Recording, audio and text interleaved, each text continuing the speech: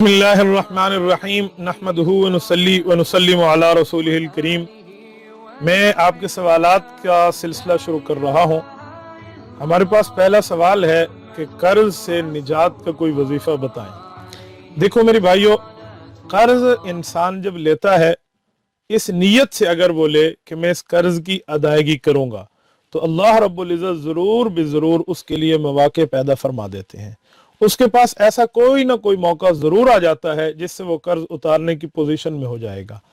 अगर उस बंदे की ये नीयत ही नहीं थी कि मैं कर्ज अदा करूंगा तो वो कभी ही कर्ज अदा नहीं कर सकता। मेरे दोस्तों, अगर आपकी नीयत थी तो आप अपनी नीयत को दुरुस्त कर लें।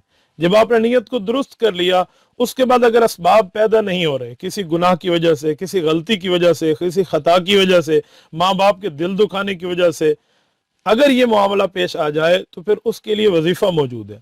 इस वजीफे को ऐसे समझें कि जैसे चेहरे पर धूल हो तो धोने से धूल खत्म हो जाती है, कपड़ा मैला हो उसको वॉश करने से कपड़ा साफ हो जाता है, तो इसी तरह अगर बदआमालियों की कुछ बंदे के ऊपर कालक आ गई है जिसकी वजह से कर्जा उतारने की पोजीशन में ये नहीं रहा, हालांकि अल्लाह की इसके साथ मदद थी, तो इसको हम एक वजीफा बता देते हैं।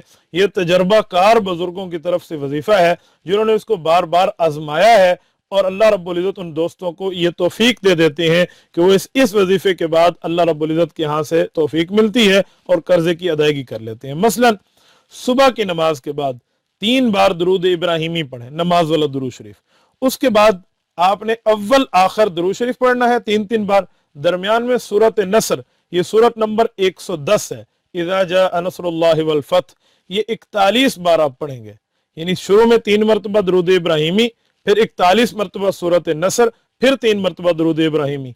अल्लाह रब्बुल इज़्ज़त इंशाअल्लाह अपने फजल से, करम से, एहसान से, इम्तिनान से आपको तौफीक अता फरमाएंगे। बंदा कर्जे उतारने की पोजीशन में आ जाएगा। जज़ाकुमुल्लाह।